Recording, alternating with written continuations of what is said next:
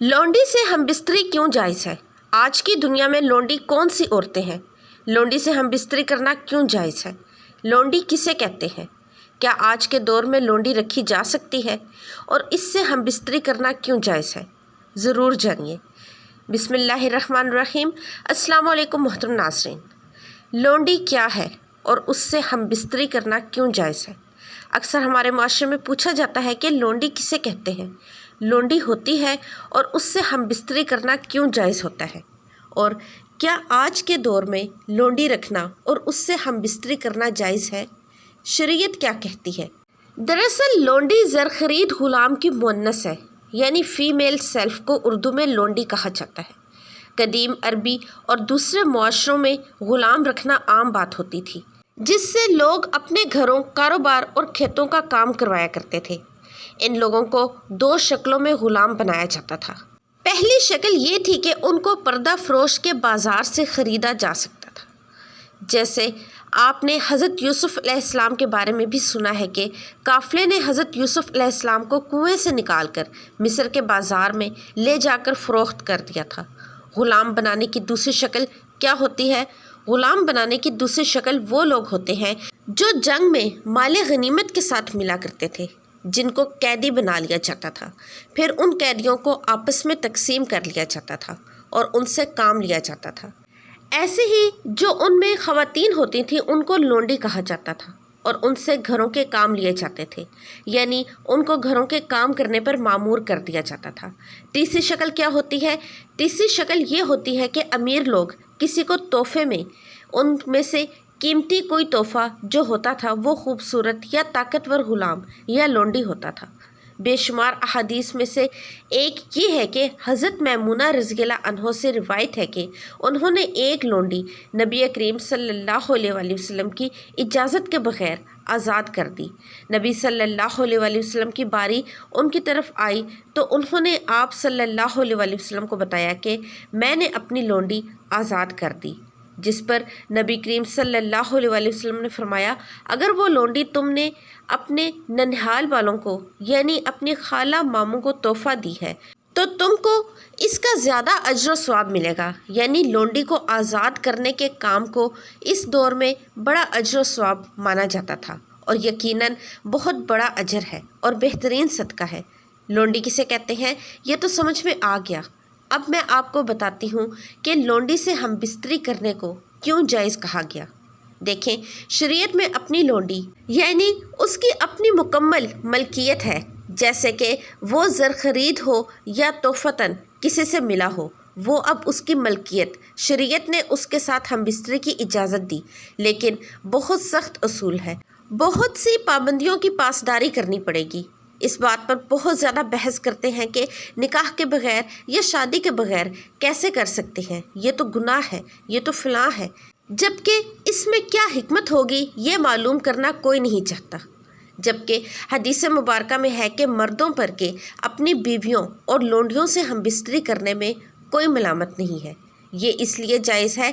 اب بتاتے ہیں کہ جب ایک معاشرے میں غلام اور لونڈی لائی جائیں اور ان کی جنسی تسکین نہ ہو پائے تو معاشرے میں بیرا روی بڑھے گی یا پھر کم ہوگی۔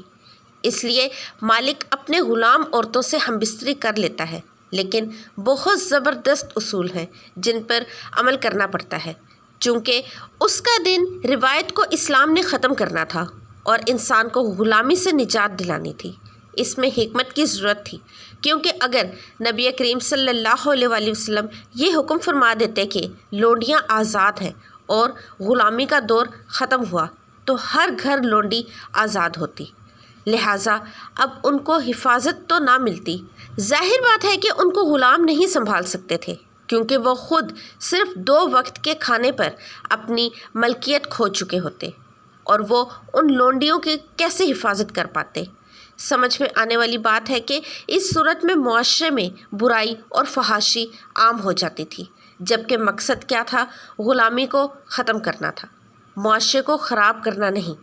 یعنی غلامی کو ختم کرنا تو نبی کریم صلی اللہ علیہ وآلہ وسلم نے بڑی حکمت سے اس نظام کو ختم کیا، اس سسٹم کو ختم کیا کہ لوگ نکاح کی بات کرتے ہیں کہ نکاح تو نہیں کیا تو یہ کیسے جائز ہوگا۔ نکاح بھی تو نبی کریم صلی اللہ علیہ وسلم کی سنت ہی تو ہے۔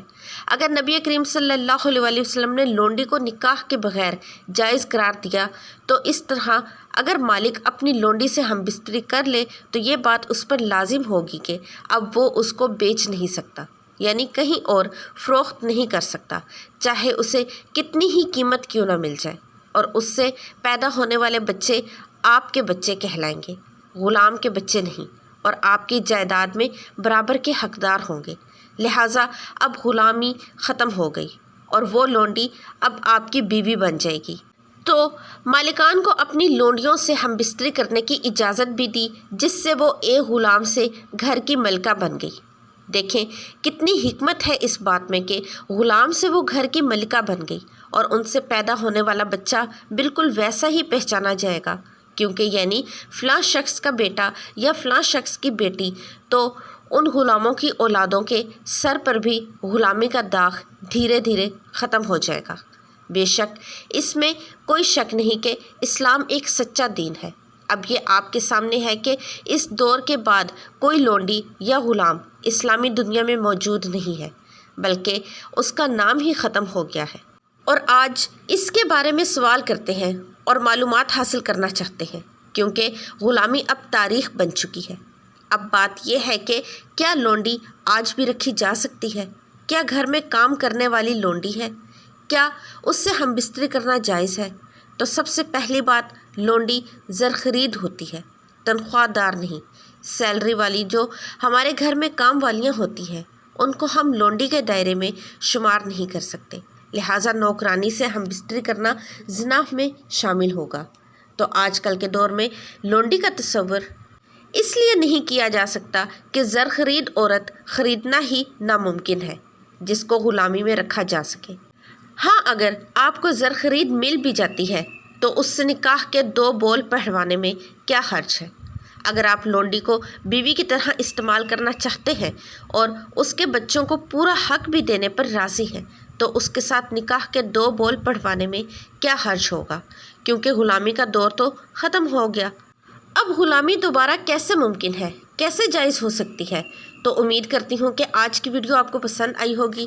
دعا ہے کہ اللہ تعالی ہم سب کو شریعت کے مطابق زندگی گزارنے کی توفیق عطا فرمائے، اور ہم سب کو دین حق پر چلنے کی توفیق عطا فرمائے، اور ہم سب کو 5 وقت کی نماز باجماعت ادا کرنے کی توفیق عطا فرمائے۔ آمین ثم آمین۔ محترم ناظرین، آپ سب سے گزارش ہے کہ کامنٹ سیکشن میں حضور صلی اللہ علیہ وسلم کے مبارک ناموں میں سے ایک نام ضرور ٹائپ کریں۔ ویڈیو کو لائک اور چینل کو سبسکرائب بھی کر کے جائیے گا۔ ملتے ہیں نئی ویڈیو میں، اپنا بہت سارا خیال رکھیے گا۔ اللہ حافظ۔